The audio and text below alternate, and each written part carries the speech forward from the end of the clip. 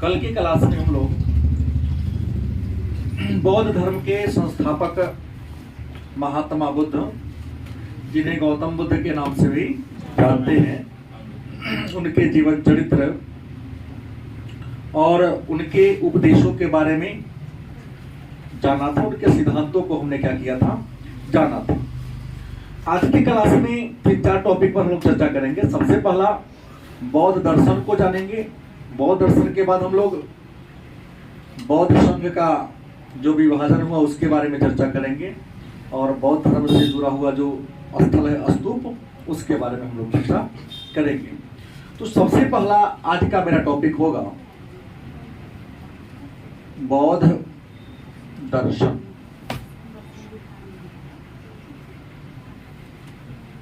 आज का टॉपिक क्या है? बौद्ध दर्शन।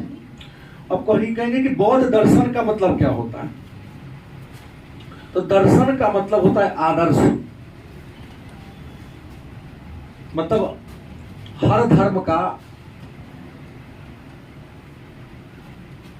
या हर व्यक्ति का एक आदर्श होता है, अपना एक सिद्धांत होता है। मेरा भी कुछ सिद्धांत है, आप सबका भी कुछ न कुछ क्या होगा, सिद्धांत होगा। तो हमारा या आपका जो सिद्धांत है, उसी सिद्धांत को हम क्या कहते हैं? दर्शन करते हैं। अब बौद्ध धर्म के दर्शन कितने हैं? तो दर्शन तो बौद्ध धर्म में अनेक हैं, लेकिन बौद्ध धर्म में 3 प्रमुख दर्शन है या 3 प्रमुख धारणाएं हैं। पहला है अनित्यता।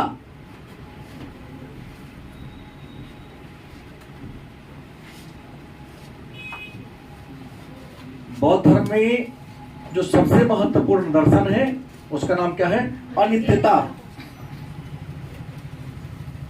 बुद्ध की एक बात को जानेंगे तो उनका दर्शन समझ में आ जाएगा, क्योंकि महात्मा बुद्ध ने कहा था तुम स्वयं दीपक बनो। बुद्ध का कथन है, किनका कथन है? तुम स्वयं दीपक बनो।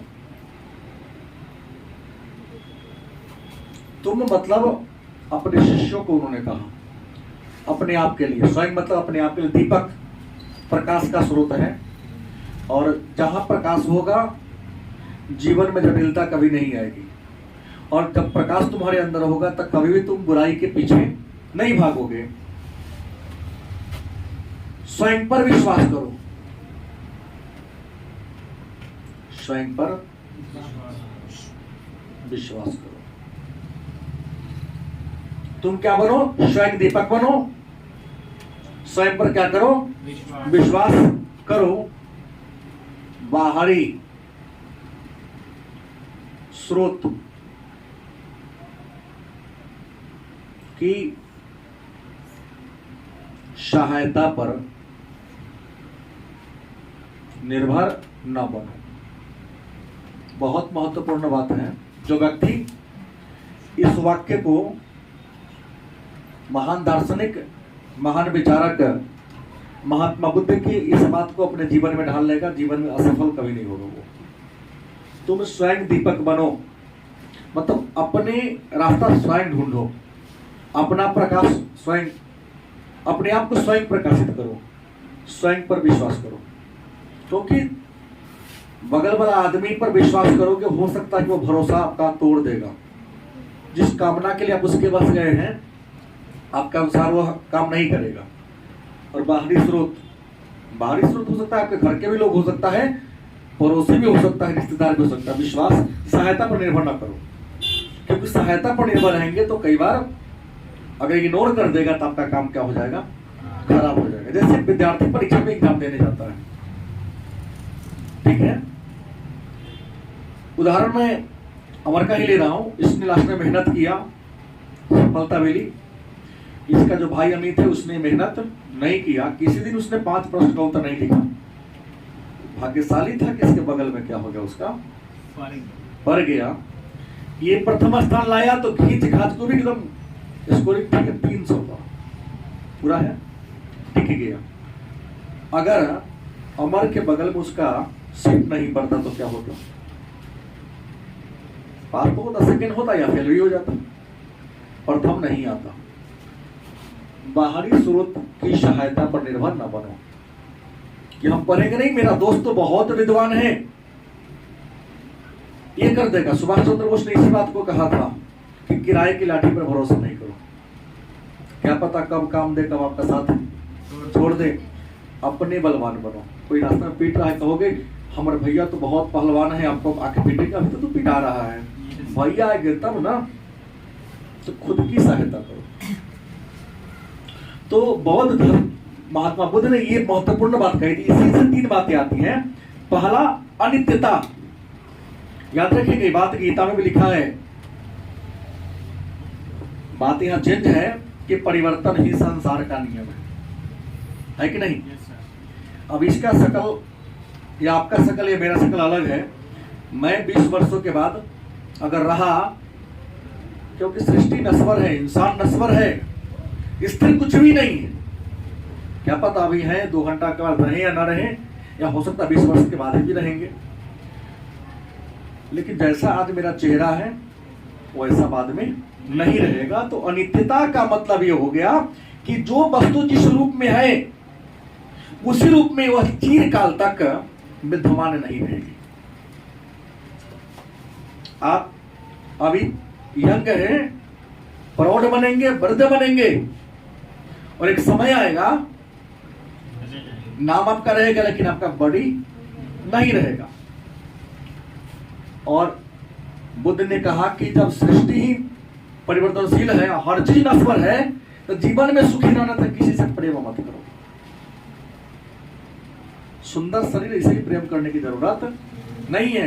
सुंदर क्यों लिप लाप करेंगे? बूढ़ा होगा वो तो सारा झलकेगा ना, लगाने की क्या जरूरत है? परमात्मा ने जैसा दिया वैसा रखो। और नहीं तो आज तो खूब लिपस्टिक पाउडर क्रीम लगा लिए, बूढ़ा में ब्लैक लगेगा, तो आईना के सामने जाओगे, अपने शक्ल को देखकर तुमको डर लगेगा, सब चुड़ैल आ गए।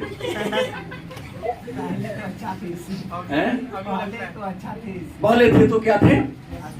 अनित्यता है, संसार में स्थिर कुछ भी नहीं है, सब क्षण भंगुर है, नष्ट होने वाला है। तो जीवन में सुखी रहना है तो प्रेम मत करो।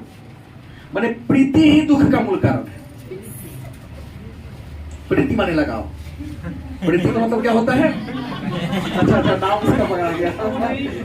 नहीं, मैं नाम नहीं लिया, मेरा क्या, प्रीति का मतलब क्या होता है? लगाव। आपके नाम का अर्थ क्या होगा? लगाव होगा।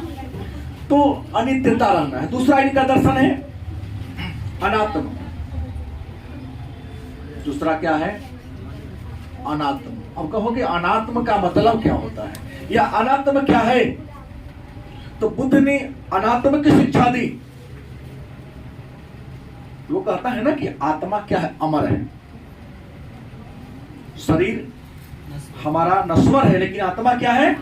अमर है।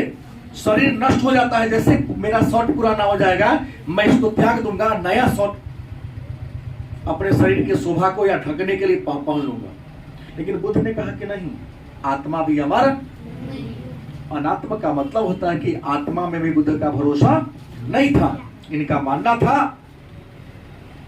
कि लोग कहता है, दर्शन हमारा कहता है कि जब इंसान मरता है, उपनिषद में लिखा है कि इंसान मरता है तो उसकी शरीर मरता है, लेकिन उसके शरीर का आत्मा निकलकर उसके कर्म के अनुसार नया शरीर धारण कर लेता है। लेकिन बुद्ध ने कहा कि यह बात पूरा क्या है? गलत है। क्योंकि अगर आत्मा इसका निकल के उसमें जाता है और शरीर का कोई मोल नहीं है, तब आदमी पुराने का 10 जन्म के 20 जन्म के बाद याद क्यों नहीं रखता है? भूल कहे जाता है, क्योंकि आत्मा तो उसकी वही रही। गलत सही? अभी हम जो सोच रहे हैं, फिर बच्चे तो भूल क्यों जाते हैं? पुराना तो लेकिन रहता है क्या? नहीं रहता। और तीसरा इनका दर्शन था जो महत्वपूर्ण है, पहला का समझ गए होंगे मेरे ख्याल से, अनित्यता। दूसरा का क्या है? अनात्मा। अब तीसरा जान ही रहे, अनिश्वरवादी। मतलब महात्मा बुद्ध ईश्वर में विश्वास नहीं करते थे। लेकिन एक बात था, इन्होंने भी इस बात को माना, कर्मण्यवादी का रस्ते मा फलेषु कदाचन। अर्थात गीता का के दूसरे अध्याय में श्लोक संख्या 47 में लिखा गया है कि कर्मण्यवादी का रस्ते मा फलेषु कदाचन माँ कर्म फल हेतु भूमाते संगतो स्वकर्मणि, अर्थात इंसान को केवल फल की कर्म करना चाहिए, फल की चिंता नहीं करनी चाहिए, क्योंकि कर्म यदि अच्छा होगा तो फल भी अच्छा मिलेगा, कर्म यदि बुरा होगा तो फल भी क्या होगा। अलग बात है कि बुद्ध क्या थे, अनीश्वरवादी थे। अनीश्वरवादी का मतलब होता है कि बुद्ध ने भगवान में विश्वास, भगवान में भरोसा नहीं किया। लेकिन कुछ लोगों ने इनसे प्रश्न किया कि आत्मा क्या है, उत्तर इन्होंने नहीं दिया, चुप रह गए। आत्मा क्या है तो इन्होंने उत्तर क्या रह गए, चुप रह गए। तो महात्मा बुद्ध के अनुसार ये नहीं था। और है कि दूसरा बात कि बौद्ध धर्म में सबसे ज्यादा बल किस पर दिया गया है?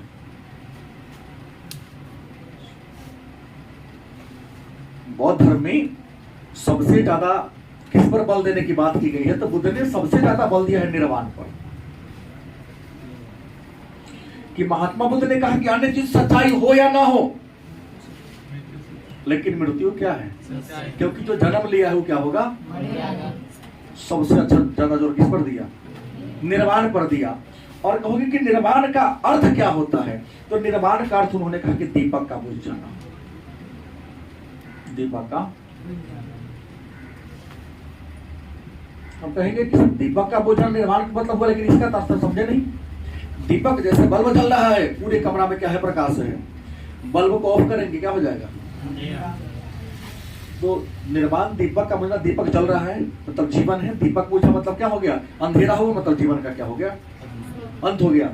तो निर्वाण अच्छा तरीका से हो, इसके लिए आपको क्या करना पड़ेगा, कर्म अच्छा तरीका से करना पड़ेगा। क्योंकि कर्म अच्छा होगा तो निर्वाण के समय, मृत्यु के समय किसी प्रकार की परेशानी आपको नहीं होगी। एक और बात है, बौद्ध संघ, क्या नाम है, महात्मा बुद्ध ने अपने सिद्धांतों को, अपने विचारधारा को फैलाने के लिए श्रावस्ती में, कहा श्रावस्ती में 60 शिष्यों को मिलाकर एक संघ का निर्माण किया था। मतलब संघ की जब बौद्ध संघ की स्थापना हुई थी तब तो पहली सभा में कितने मेंबर उपस्थित थे, 60। जैसे भारतीय राष्ट्रीय कांग्रेस का गठन 1885 में हुआ, आपको पता ही होगा कि उसमें 72 व्यक्ति ने पहली बार हिस्सा लिया था, शायद याद होना ही चाहिए आपको।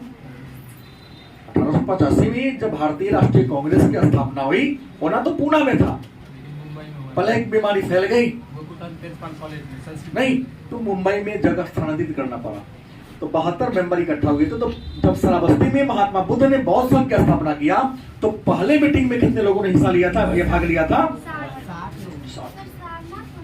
सारनाथ, 60 लोगों ने क्या लिया था, हिस्सा लिया था। ये जो बौद्ध संघ है,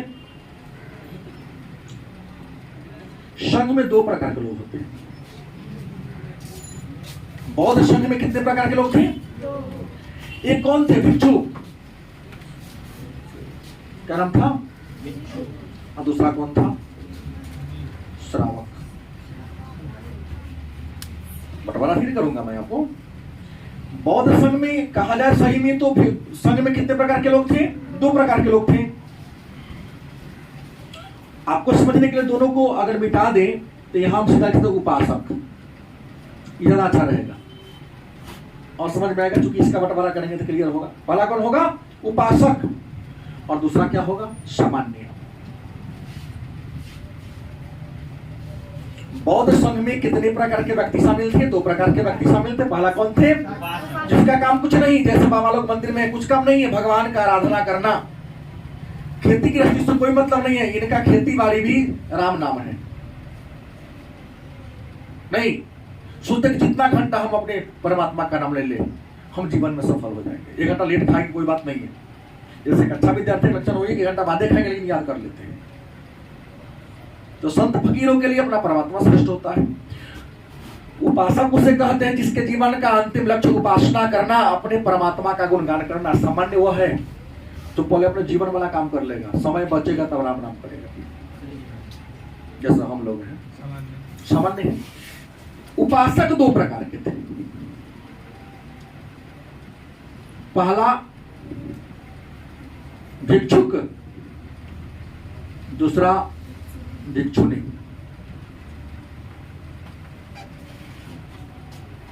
उपासक जिसके जीवन का अंतिम लक्ष्य एक ही काम करता था, क्या? ईश्वर की आराधना।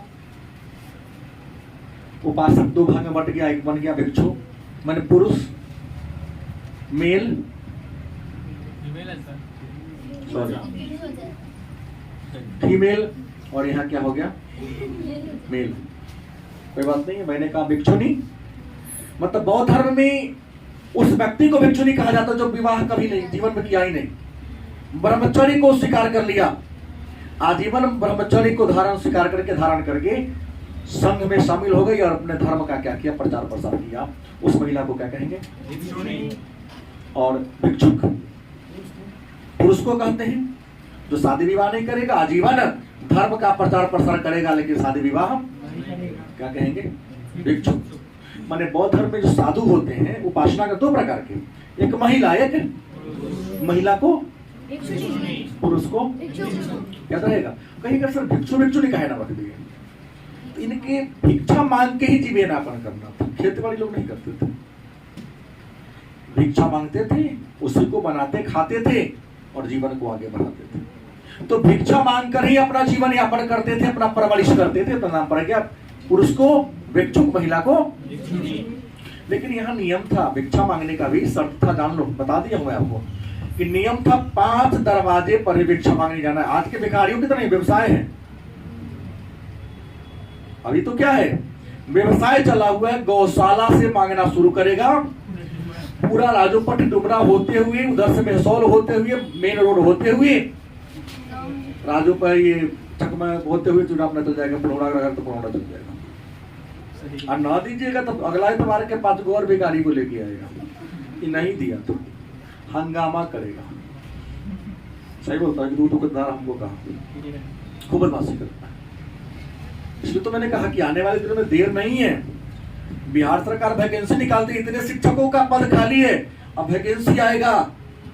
पुनौरा के जानकी मंदिर पर जामा मस्जिद में 2 भिखारी का सीट खाली है, 20,000 का महीना मिलेगा, आओ मांगो भी, क्योंकि भिखारी रोज 1,000 कमाता है,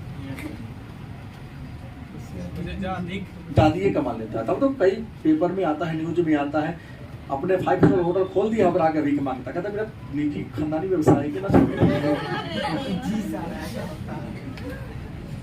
सामान्य जो है, जो शादी विवाह करते हैं, अपना हर काम करते हैं, लेकिन शादी विवाह के बाद भी समय बचने पर अपने ईश्वर का गुणगान करते हैं, तो उसको सामान्य संत कहते हैं, जैसे हम लोग हैं। और सामान्य संत को 2 भाग बांट दिया, एक में श्रावक और दूसरा कौन हो गई? श्राविका। श्रावक में कौन हो गया? मेल। श्राविका में कौन हो गई? फीमेल। माने क्या हो गई? महिला हो गई। हमने कहा कि बौद्ध संघ की बात करते हैं तो बौद्ध संघ में कुछ विशेष बातें थी, तो हमने कह दिया बौद्ध संघ का बंटवारा कर दिया। बौद्ध संघ का कुछ नियम था। नियम क्या था कि प्रवेश करने का न्यूनतम उम्र का साल, 15 वर्ष। यदि आपका उम्र कम है तो आपको बौद्ध संघ में प्रवेश करने नहीं दिया जाएगा। दूसरा, संघ में आने के लिए संन्यास लेना जरूरी था। संघ में आना है तो आपको, नहीं तो आप सामान्य से संत बनिए, क्या दिक्कत है? मठ में रहिएगा, कहेंगे मैं शादी ब्याह करेंगे तो नहीं, मठ में चुपटा से मार के भागा दिया जाएगा। संन्यास। तीसरा, यहां तक गेरुआ वस्त्र धारण करना था।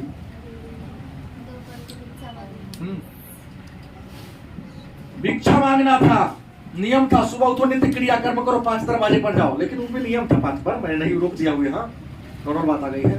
पहला दरवाजे पर गए, नहीं दिया तब सेकंड दरवाजे पर जाना है। सेकंड दरवाजे पर भी नहीं दिया तो 3rd दरवाजे पर जाना है। 3rd वाला नहीं दिया तो 4 में जाना है। 4 नहीं दिया तो अगर पहले दरवाजे पर मिला तो अगला सड़कों पर नहीं जाना है। नियम था। एक ही से तो बड़ा कम चला, क्योंकि संत आप हैं। संत सुखी इसलिए है कि तुमको उतना ही प्रकृति से लेना है। गांधी ने कहा था ना कि हमारे पास पेट भरने के लिए बहुत कुछ है, पेटी भरने के लिए कुछ भी नहीं है। और हम लोग पेटी भरने के प्रयास में कहते हैं प्रकृति में कुछ है ही नहीं। गलत सही। बुद्ध ने भी कहा कि प्रकृति से उतना ही लो तुम्हें जितने की क्या है। नियम बन गया कि 5 घर जाना है, अगर पहले का दरवाजे पर मिल गया तो सेकंड दरवाजे पर नहीं जाना है। हाँ, पहले का 4 नहीं दिया तो 5 तक जाओ। कहोगे सर अगर 5 नहीं दिया तो क्या करें, तो भूखे रहो, क्योंकि तुम्हारे अंदर भीख मांगने की भी काबिलियत नहीं। गलत सही। जैसे एक आता है हमारे यहाँ, कई बार आप लोग देख लीजिएगा, शिखर खाता है 5 को, कहा बड़ी गर्व से 5 को खाए में तुमको ना देंगे, तुमको रुपया देंगे तो क्या खाओगे, शिखर खाओगे। तो हमारा दिया हुआ पैसा भी पानी में चला गया ना।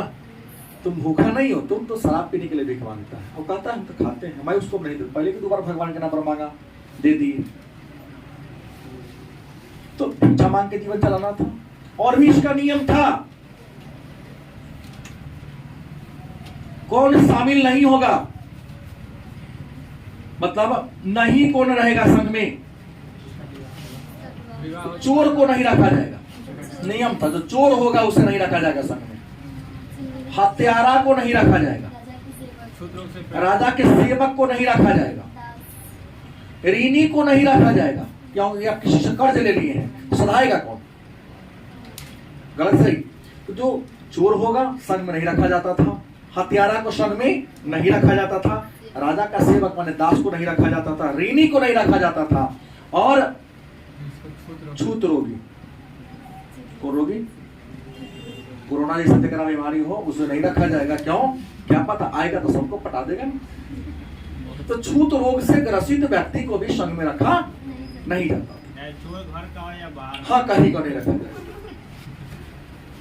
समय समय पर विवाद को मिटाने के लिए क्या होता था, सभा होता था, संगीत सभा में बैठक होती थी।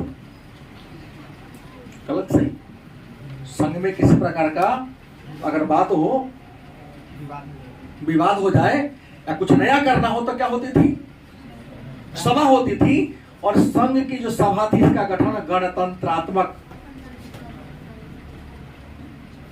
किस आधार पर, गणतंत्रात्मक आधार पर किया गया था। मतलब हर बात आम सहमति से लिया जाता था। लेकिन नियम था, संघ में कोरम था कि सभा तब चलेगी जब न्यूनतम कितना मेंबर हो। अगर बौद्ध सभा किसी कारण से संतों का बैठक हुआ, अगर 10 से कम सदस्य रहेगा तो सभा का संचालन। मैंने कहा कोरम, कहो कोरम क्या है। कोरम कहते किसी संवैधानिक शब्दावली है, शब्द है, आप जानते हैं। किसी भी सभा को चलाने के लिए न्यूनतम सदस्यों की संख्या को क्या कहते हैं, कोरम कहते हैं। तो बौद्ध संघ का संचालन करने के लिए कम से कम कितना सदस्य होना था। संघ में कोई नया बात होता तो उसे प्रस्ताव कहते हैं, लेकिन बौद्ध सभा प्रस्ताव को नति कहा जाता था। समझ से, कोई हमको नया कानून पारित करना है तो नया कानून बनने से तो प्रस्ताव कहलाता है, पहले तो विधेयक कहलाता है। पारित हो गया तो प्रस्ताव, पारित मैंने एक सभा ने किया तो प्रस्ताव हो गया, आया है प्रस्ताव, पहले प्रस्ताव होगा, जब सभा में सभापति के सामने चल जाएगा तो विधेयक कहलाएगा, और जब दोनों सभा ने पारित कर दिया तो क्या बन जाएगा। तो सभा में कोई बात जब पेश किया जाता तो उसे नति कहा जाता था, हाँ तब कानून बनेगा। तो सभा में जो प्रस्ताव आता था नति होता था, नति जाएगा, प्रस्ताव जाएगा, तब मतदान होता था। उस मतदान को गुलहक कहा जाता था, गुप्त मतदान का, हाँ गुप्त मतदान होता था, गुप्त तरीका से। मतदान को क्या कहते हैं, प्रत्यक्ष नहीं होता था, मतदान होता था, गुप्त तरीका से होता था। मतदान को क्या कहते हैं, गुलहा कहा जाता था। आधा से एक ज्यादा लोग ने सपोर्ट कर दिया, कानून क्या हो जाएगा, पास हो जाएगा। ऐसे नहीं होता था, ठीक है। अब संघ की बात जान गए, संघ में बैठक होती थी। नियम था, हमने कल कहा कि वर्षा काल में 3-4 महीना लोग क्या करते थे, क्योंकि वर्षा हमने सामान्यतः बोल दिया 3 महीना, लेकिन कभी कभी अगर वर्षा का सीजन बढ़ जाता है लोग बढ़ा भी देता था। तो वर्षा काल में लोग क्या करते थे, विश्राम करते थे। बाकी जब मौसम फ्रेश होता था तो अलग गांव में जाके लोग धर्म का क्या करते थे, प्रचार प्रसार करते थे। और भ्रमण करने के दौरान हो सकता है कुछ संत, कुछ उपासक क्या हो गया, मर गया। तो जब 4 महीना लोग बैठते थे तो गिना जाता था कि कौन कौन प्रचार पर निकला था, कौन कौन प्रचार करके वापस नहीं आया। तो जो व्यक्ति नहीं आता था उसके लिए एक सामूहिक समारोह होता था। उस सामूहिक समारोह को जैसे हम लोग कहते हैं ना शोक सभा, सामान्य रूप से एक सामूहिक ये होता था जिसको पवरना कहा जाता था। शायद कहीं ना कहीं मैं देखा हूं किसी केस में, किसी कुशन में, कि पवरना किस धर्म का त्योहार है, बौद्ध धर्म का। क्योंकि जब प्रचार करने गया किसी कारण से फटक गया, वापस होके नहीं आया, तो उसी की याद में इस त्योहार को मनाया जाता था। हमने कहा कल के क्लास में कि महात्मा बुद्ध की मृत्यु कब हो गई? 483 BC में बुद्ध की क्या होती है? मृत्यु हो जाती है। मृत्यु को क्या कहते हैं? महापरिनिर्वाण। बौद्ध धर्म में मृत्यु को क्या कहते हैं? महापरिनिर्वाण। और आपको एक बात की जानकारी है शायद कि हमने कल कहा था कि इनके महापरिनिर्वाण हो गए तो मल जनजाति के लोगों ने इनका दाह संस्कार किया, मतलब जला उला दिया। जब इनको जला दिया गया तो इनका जो अस्थि कलश बचा, जो राख बचा, उसको 8 भागों में बांटकर उसके ऊपर बड़े बड़े क्या बना दिए गए? भवन बना दिए गए, जिनका नाम क्या पड़ा? स्तूप।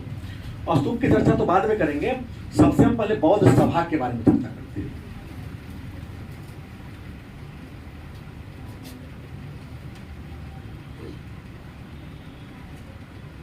बौद्ध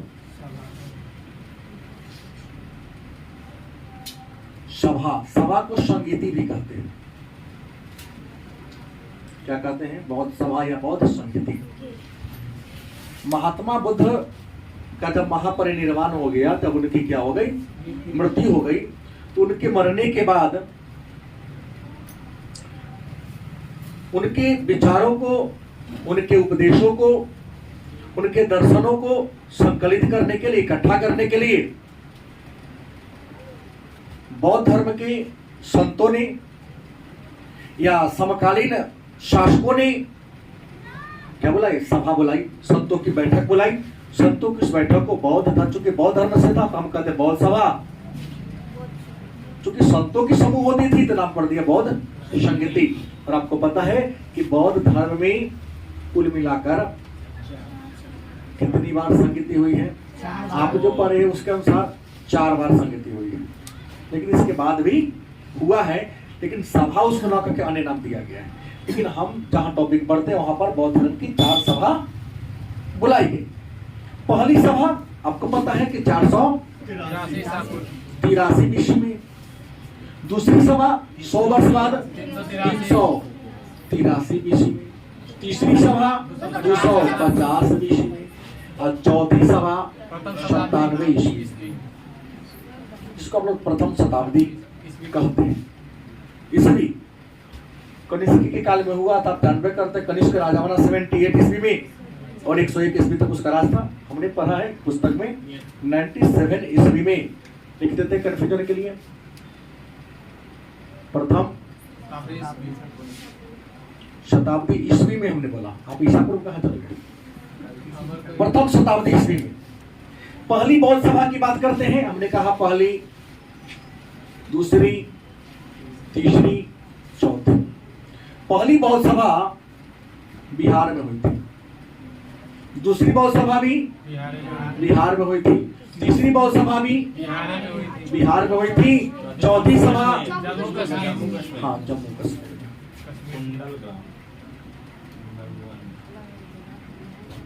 दिक्कत, पहली बौद्ध सभा बिहार की किस शहर में? तो राजगीर। दूसरी वैशाली में हुई थी। तीसरी पाटलिपुत्र में हुई थी।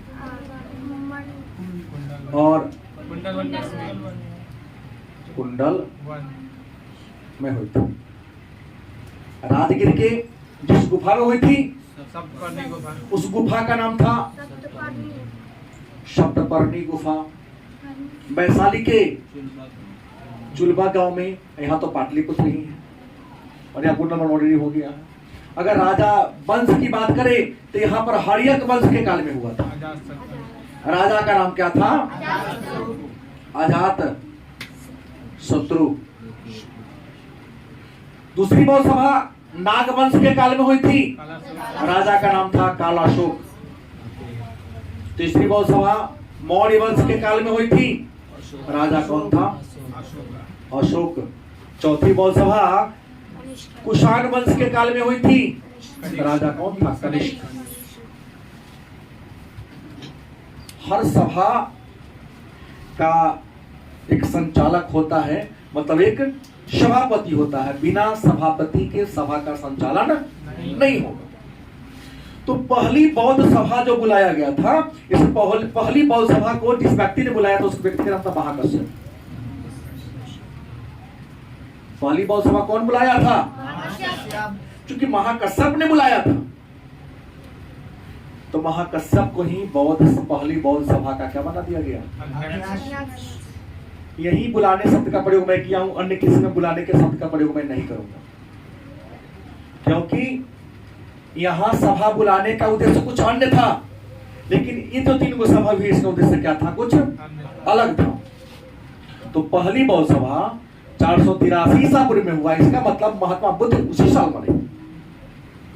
महात्मा बुद्ध मर गए तो हो सकता है कि इनके जो शिष्य लोग थे, प्रिय शिष्य आनंद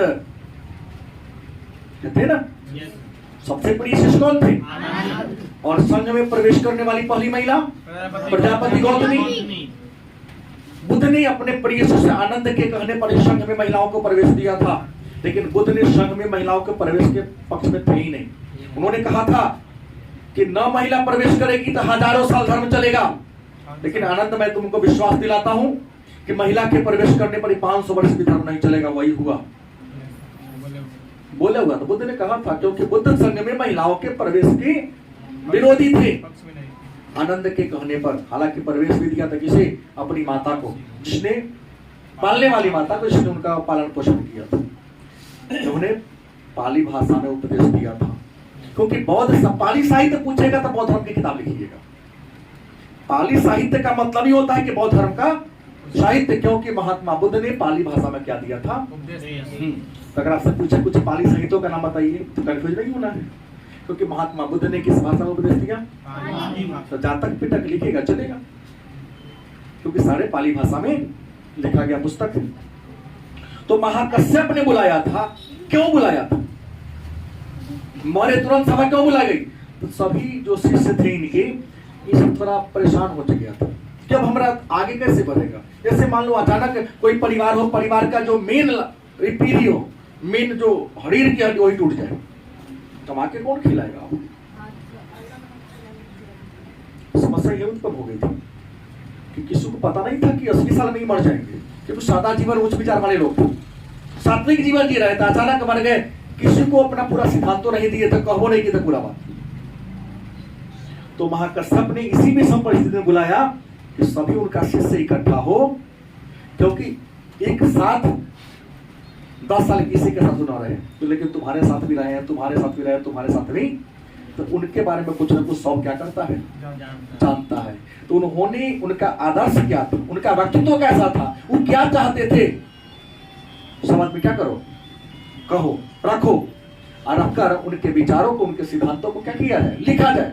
और जो लिखाएगा वो हम लोगों का संविधान बन जाएगा। उसी बात को हम लोग क्या करेंगे? फॉलो करेंगे।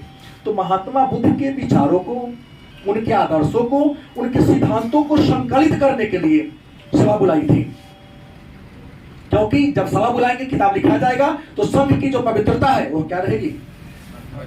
बरकरार कायम रहेगी। मतलब संघ के पवित्रता को, बौद्ध धर्म के पवित्रता को बरकरार रखने के उद्देश्य से पहली बौद्ध धर्म की सभा बुलाई गई थी।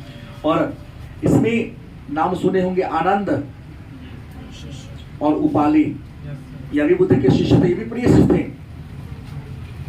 ये ज्यादा समय महात्मा बुद्ध के साथ दिया करते थे। तो आनंद ने महात्मा बुद्ध के मरने के बाद पहली बौद्ध सभा में एक किताब, वैसे ही बोल दिया था कि बुद्ध ऐसे थे, किताब लिखा। उसका नाम क्या है? विनय पिटक। आनंद ने क्या लिखा? विनय पिटक। उपाली ने क्या लिखा? शुद्ध पिटक। 2 किताब लिखा है। पहली बौद्ध सभा में क्या हुआ? 2 पिटक लिखाया। शुद्ध पिटक में उपदेश था। किसका उपदेश? मेरा, बुद्ध का। अब विनय पिटक में संघ का नियम था। यहाँ पर कि जो संघ बनाया था उसके नियम क्या था? दूसरी महासभा में कहा 383 ईसा पूर्व में, मतलब महात्मा बुद्ध के मरने के 100 वर्ष के बिहार के वैशाली जिला के चुलबग नामक गांव में नागवंश के राजा कालासोम के शासन काल में हुआ था। काहे बुलाया गया? तो यहाँ दो प्रकार की बात आ गई थी। बौद्ध धर्म के कुछ संत परिवर्तन चाहते थे और कुछ कट्टरवादी थे। बौद्ध धर्म के कुछ संतों में मतभेद हो गया कि नहीं, बदलाव होनी चाहिए, और कुछ का नहीं, बुद्ध ने, हमारे गुरु ने जो बात कहा थी उसमें कोई चेंजिंग नहीं, तो बदलाव हो। कुछ चाहते थे, कुछ बदलाव ना होना चाहते थे। तो उसी मतभेद को दूर करने के लिए 383 ईसा पूर्व में बिहार के वैशाली में दूसरी बौद्ध सभा का आयोजन किया गया। इसमें बौद्ध धर्म कितने भागों में बट गया था? पहला थेरवाद, दूसरा महाशांति। मैं इसके अलावा विस्तार से और चर्चा करूंगा, क्योंकि संघ का विभाजन केवल यही नहीं है, और भी है। तो थेरवाद और महासांघिक में क्या होता है? बट जाता है। इस बात को और कौन करना है?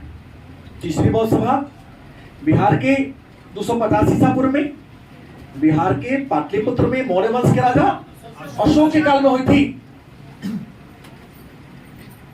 क्यों बुलाई गई?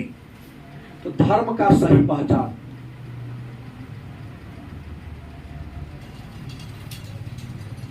क्योंकि दूसरी बौद्ध सभा में कुछ लोग धर्म का वास्तविक स्वरूप खो दिया था। नहीं, जैसे मैं एक कहानी मैं आपको कहता हूं, इस कहानी को सुनकर आप दूसरे को कहो, वह कहानी तीसरा को कहेगा, और 10वां आदमी तक कहानी जाएगा, तो कहानी का मूल बात क्या हो जाएगा? तो महात्मा बुद्ध के मरा हुआ बहुत वर्ष हो गया था। धर्म का वास्तविक स्वरूप क्या हो रहा था? खत्म हो रहा था, समाप्त होता जा रहा था। तो धर्म की सही पहचान कोना संत के पास है। इसी बात को मूल्यांकन करने के लिए अशोक के शासन काल में एक बहुत बड़े संत थे, मोगली पुत्र तिष्य।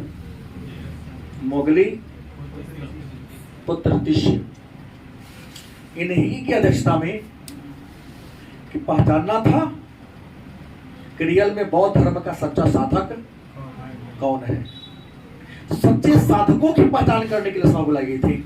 इसमें सिद्ध कर दिया गया कि सच्चा साधक थेरवादी है। सच्चा साधक कौन है? थेरवादी। और थेरवादी कट्टरपंथी था, और महासांगी क्या था? परिवर्तनवादी। इसको हम पूर्वी और पश्चिमी गुट भी नाम देंगे, तो चर्चा कर रहा हूं आगे। क्योंकि थेरवादी वह था जो बुद्ध ने जो कह दिया उस बात को 100% क्या किया? माना, स्वीकार कर दिया। और यहाँ पर एक और पुस्तक और लिखाया था, सर्वसम्मति से, किसी एक ने नहीं लिखा। सुत पिटक, विनय पिटक और अभिधम पिटक। और सुत पिटक, विनय पिटक, अभिधम पिटक को सम्मिलित रूप से त्रिपिटक कहते हैं। इस तीनों पिटक पर एक संस्कृत भाषा में, हालांकि पाली भाषा में लिखा गया है, इन तीनों पिटक पर सम्मिलित रूप से एक टीका लिखा गया है, जिस टीका का नाम है महाविभाषा शास्त्र। क्या नाम है? महाविभाषा शास्त्र। हाँ, और सुमित्र दिया है कि नहीं?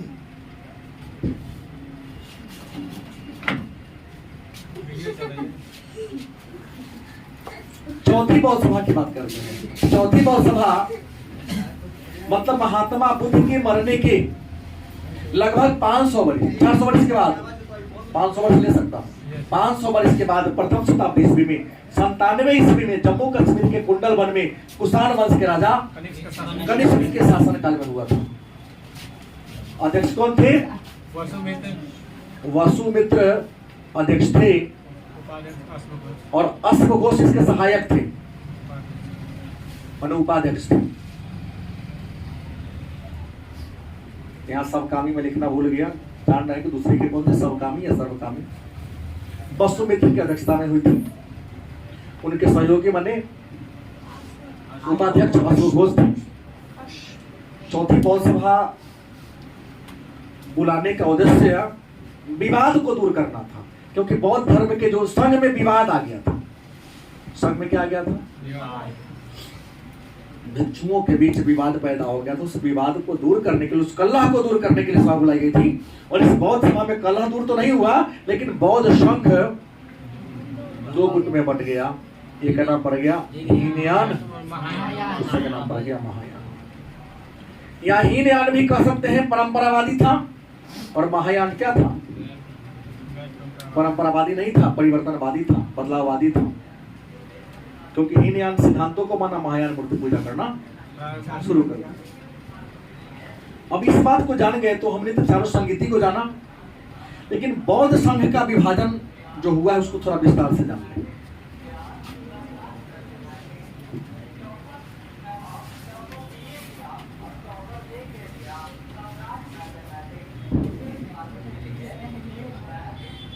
अगर हम बौद्ध संघ के विभाजन की बात करें, बौद्ध संघ का विभाजन, तो सबसे पहली बात करते तो बौद्ध संघ का बंटवारा कितनी बार हुआ है, इस बात की हम चर्चा करने वाले बात कि बौद्ध संघ का बंटवारा कई बार हुआ है। तो हम लोग देखे हैं कि बौद्ध संघ का बंटवारा रियल में कहिएगा तो ये बार हुआ है। पहला 383 ईस्वी में, मतलब दूसरी सभा में, और दूसरा प्रथम शताब्दी ईस्वी में, मतलब 97 ईस्वी में। गलत सही? पहली सदी में। दूसरी सदी में बौद्ध संघ का विभाजन, दूसरी सभा में बौद्ध संघ का विभाजन कई गुट में हुआ था, और चौथी सभा में भी बौद्ध धर्म का विभाजन 2 गुट में हुआ था।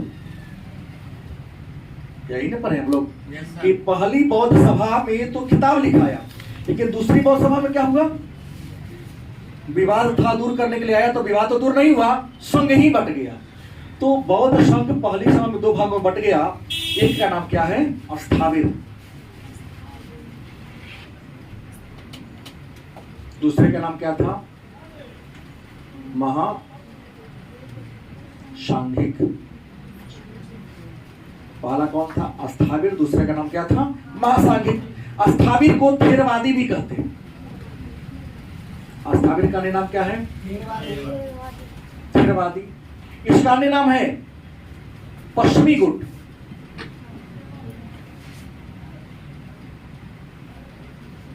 क्या नाम है? पश्चिमी गुट। और आपको बता दें इसकी स्थापना किसने किया? तो इसकी स्थापना राहुल भद्र ने किया। किसने किया? अस्थाविर की स्थापना राहुल भद्र ने किया, लेकिन इसका नेतृत्व किस ने किया था? स्थापना राहुल भद्र कर लिया, लेकिन कौन हो गया नाम इनका? इसका नेतृत्व करने वाले जो व्यक्ति थे उनका नाम आप लोग जानते हैं, महाकच्चायन। महाकच्चायन ये इसका नेतृत्व करता था। और थेरवादी का जो ग्रंथ है किस भाषा में है? गलत, संस्कृत भाषा में है। नहीं, इसका संस्कृत में है। मेन का ना पाली में लिखा है, बुद्ध ने पाली में दिया। यहां तो बदलाव होता चला गया ना, तो स्पष्ट हो गया। अस्थाविर थेरवादी पश्चिमी गुट, पहले तो कोई गुटे नहीं था। और इसकी विशेषता थी कि बिना परिवर्तन के,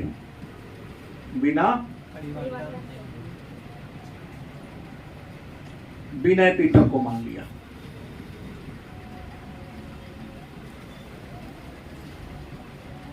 कोई चेंजिंग नहीं होगा, क्योंकि बुद्ध ने जो कहा, जो किया, सब सही किया। लेकिन महासांघिक, और आप जानते हैं महासांघिक को हम परिवर्तनवादी भी कहते हैं।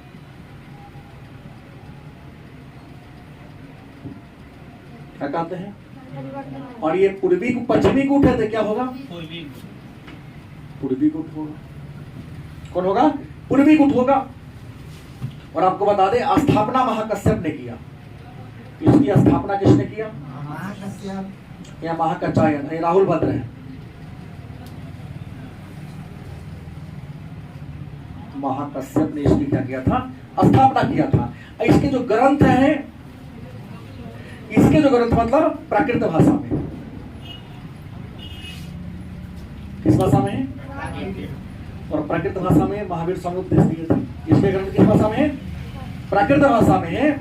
और इसके शिष्य को क्या कहते हैं या समर्थक को क्या कहते हैं? मतलब जो महासांघिक थे, इनका तो कुछ नहीं कह रहा है क्योंकि सीधा स्वीकार कर लिया, ये तो परिवर्तन किया। तो जो महासांघिक या परिवर्तनवादी या पूर्वी गुट का समर्थक हुए, उन्हें बज्जीपुत्र कहा गया। क्या कहा गया? बज्जीपुत्रक इनको कहा गया।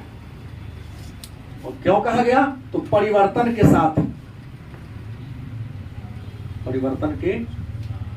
साथ विनय पीटक को माना। विनय क्या हो गया? तो बिना परिवर्तन के है ना, याद हो ना, इन्होंने कोई चेंजिंग नहीं किया। और यहाँ का कि नहीं, बुद्ध ने जो कहा उसमें चेंज करने की जरूरत है, थोड़ा बदलाव की जरूरत है। अब दूसरी बौद्ध सभा में तो पहला बार विभाजन हुआ, लेकिन दूसरी बार बौद्ध सभा का विभाजन महात्मा बुद्ध के मरने के लगभग 100 वर्ष के बाद, 500 वर्ष के बाद हुआ। ज्यादा ही वर्ग गिननी करें, ज्यादा ही हो जाएगा। हाँ, 97 ईसा पूर्व में हुआ। और यहां जो हुआ हीनयान, दूसरा क्या हो गया? महायान। ध्यान देंगे कि दूसरा विभाजन, ये तो हो गया कौन विभाजन? प्रथम विभाजन। ये कौन था? दूसरा विभाजन। और दूसरा विभाजन में हीनयान और महायान हो गया। और हीनयान कौन था पर ये जानना है। तो हीनयान का मतलब आपने अभी लोग चर्चा किया है, लघु चक्र, मोक्ष का लघु चक्र। मोक्ष का मतलब होता है जन्म और मृत्यु के चक्र से मुक्ति पा जाना। तो मोक्ष के मृत्यु चक्र को कहा गया लघु चक्र, मतलब हीनयान। इसका नाम क्या था? मोक्ष का महाचक्र इसे कहा गया। इस मोक्ष का क्या कहा गया? महाचक्र के नाम से जाना गया। अब हीनयान की बात करें तो ये रूढ़िवादी था। हीनयान क्या था? रूढ़िवादी था। और महायान क्या था? सुधारवादी था। बौद्ध धर्म की रूढ़िवादी शाखा कौन थे? ध्यान रखिए, क्योंकि लघु चक्र महाचक्र जान रहे हैं। रूढ़िवादी, सुधारवादी। रूढ़िवादी मतलब जैसा जो सिद्धांत चल रहा चलेंगे, मतलब यहाँ कोई चेंजिंग नहीं किया। हीनयान बुद्ध के सिद्धांतों को माना, उनके उपदेशों को माना, उनके द्वारा बताए गए मार्ग पर सीधा चला। ऐसा कहा कि नहीं? मतलब इन्होंने महापुरुष माना, जो कहा उनके बात को फॉलो करेंगे। लेकिन महायान कहा कि नहीं, जो कहा उसमें थोड़ा सुधार करने की, समय के अनुसार जैसे संविधान में संशोधन होते हैं, धर्म में ही बदलाव करने की जरूरत। मतलब मूर्ति पूजा का विरोध किया। एक लाइन में पूजा का क्या किया? क्या किया? मूर्ति पूजा का समर्थन किया। इसका संरक्षक कौन था? कनिष्क। जान रहे हैं?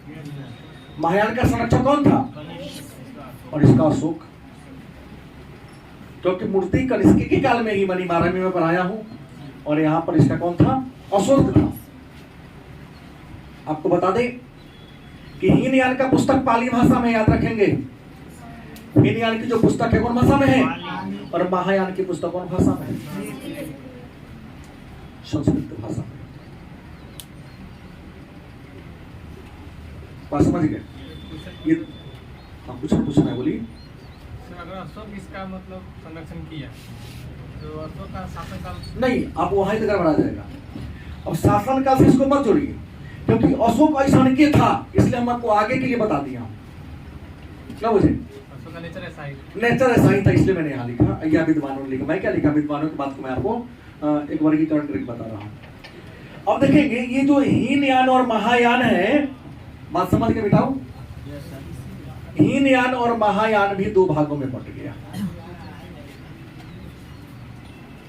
मतलब ये जो हीनयान है, यह भी कितने भाग में बंट गए? दो भाग में बंट गए। और महायान भी कितने भाग में बंट गए? दो भाग में बंट गए। अब कहेंगे हीनयान का दो भाग कौन है?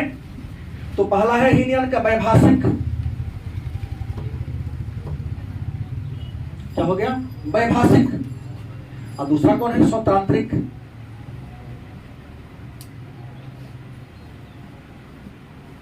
बंटवारा इसका भी हुआ आगे चलकर।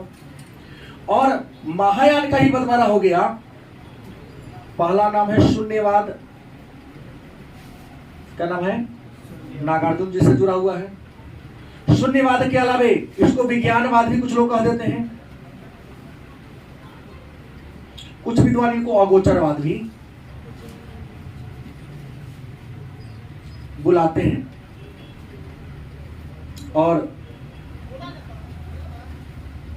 पहला मैंने क्या कहा, दूसरा का नाम क्या पड़ जाएगा?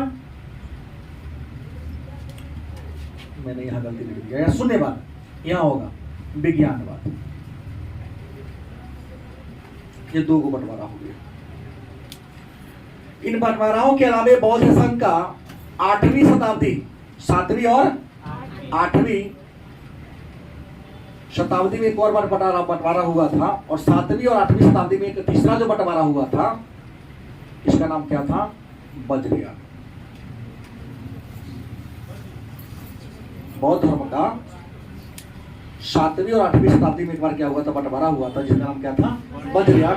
और बताते कि वज्रयान केवल बिहार व बंगाल में रहा। ये तंत्र मंत्र जादू टोना में क्या करते थे?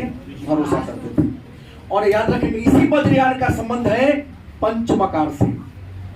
पंचमकार, इस पंचमकार ईसाई धर्म का, सिख धर्म का, सॉरी सिख धर्म का, केस कंघा करा कृपान कच्छा। वैसे पंचमकार बौद्ध धर्म की वज्रयान शाखा का संबंध है। और पंचमकार में मतलब क्या होता है? तो मध। पंचमकार में क्या होता है? मध, मांस, मध, ठीक है, मद्य, शराब, शराब, मांस, मैथुन, क्या हो गया? मैथुन, मत्स्य, मुद्रा। मतलब शराब पिएगा, मांस खाएगा, मछली खाएगा, रुपया का डिमांड करेगा, आपसे तांत्रिक लोग करता है। मत्स्य, मैथुन मान स्त्री के संपर्क में हमेशा रहेगा, बियाह शादी करेगा, एक नहीं अनेकों बियाह शादी कर लेगा है? हमने कहा गलती सही प्रमाण करना मेरा काम नहीं है, या जैसा था उसको बताना मेरा काम था। हम क्यों करें? अब आपको करना है कि हम किसको स्वीकार करें, अस्थावर या महासांगिक? लास्ट 2 मिनट और लगेगा, देख लेता हूं, इंड हो जाएगा टॉपिक।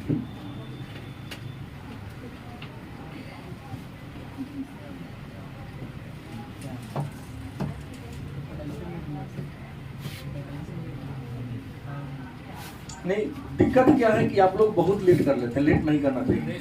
हमको लगता है कि प्रीति अब नंदनी प्रीति लोग जो है ना इंटर में तो बीए में चल गई। बीए में जाने पर नियम चेंज करना होता है। हम देखिए आपको 4:20 में, मैं वही में हूँ, क्या घंटी बजता छुट्टी हो जाता है, आप घंटी बजने के 20 मिनट के बाद आए। अस्तूप समझने के लिए हम लिख सकता हूं समाधि।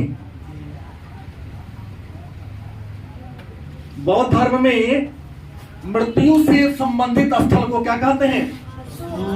और पूजा स्थल को चैत्य कहते हैं। बौद्ध धर्म में मृत्यु से संबंधित स्थल को स्तूप और पूजा से संबंधित स्थल को और निवास स्थान को मतलब वही रहने का जगह, ठहरने का जगह विहार कहलाता है। और भारत में जो सबसे बड़ा विहार है वो पश्चिमी दक्कन में, जो महाराष्ट्र में कार्ले का पश्चिमी दक्कन में, उससे बड़ा विहार। जैसे कल हमने कहा कि जो सबसे बड़ा स्तूप है सांची का स्तूप, मध्य प्रदेश के रायसेन जिला में है। 1818 ईस्वी में जनरल टेलर के द्वारा उसकी खोज की गई थी। और सांची का स्तूप पर भीलसा टूप्स नामक किताब 1854 में अलेक्जेंडर कलिंघम ने लिखा।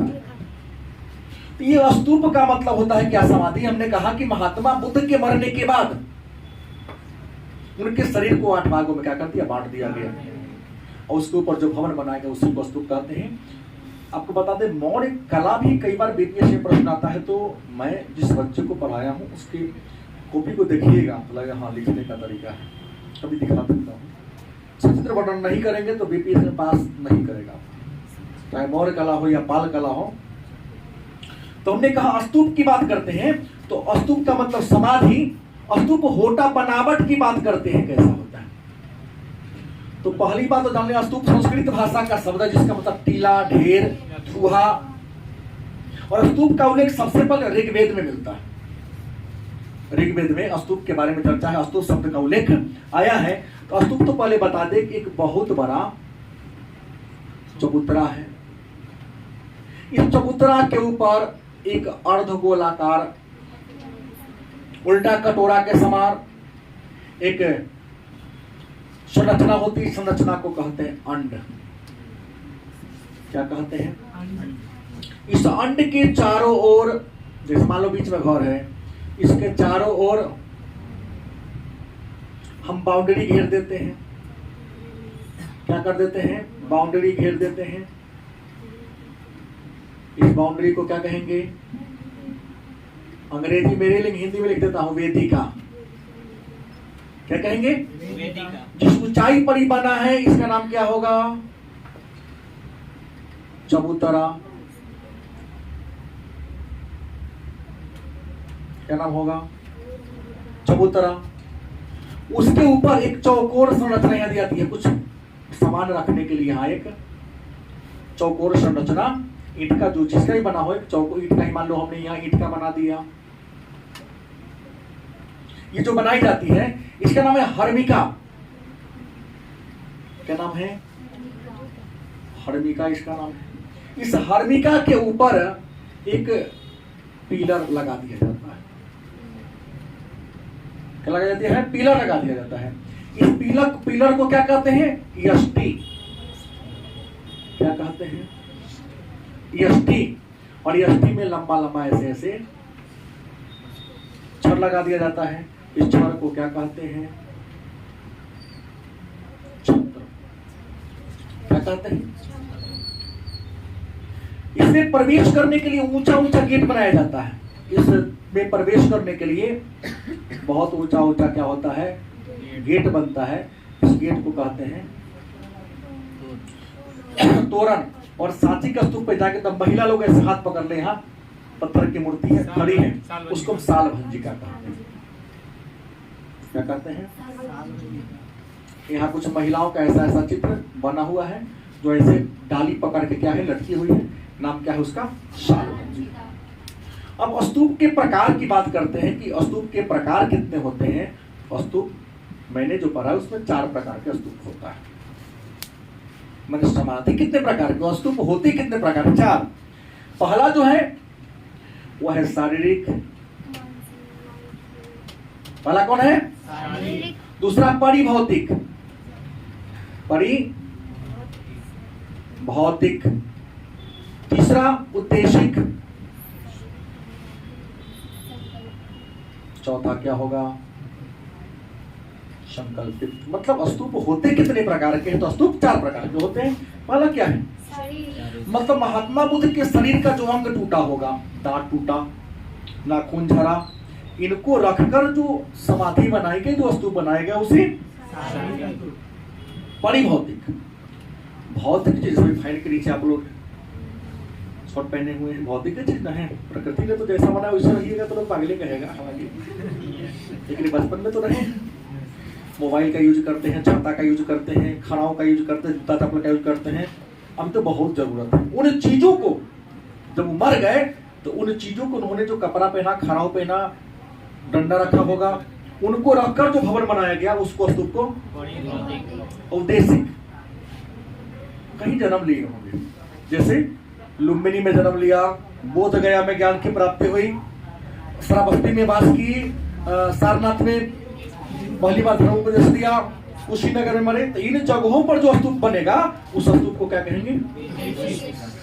असंकल्पित।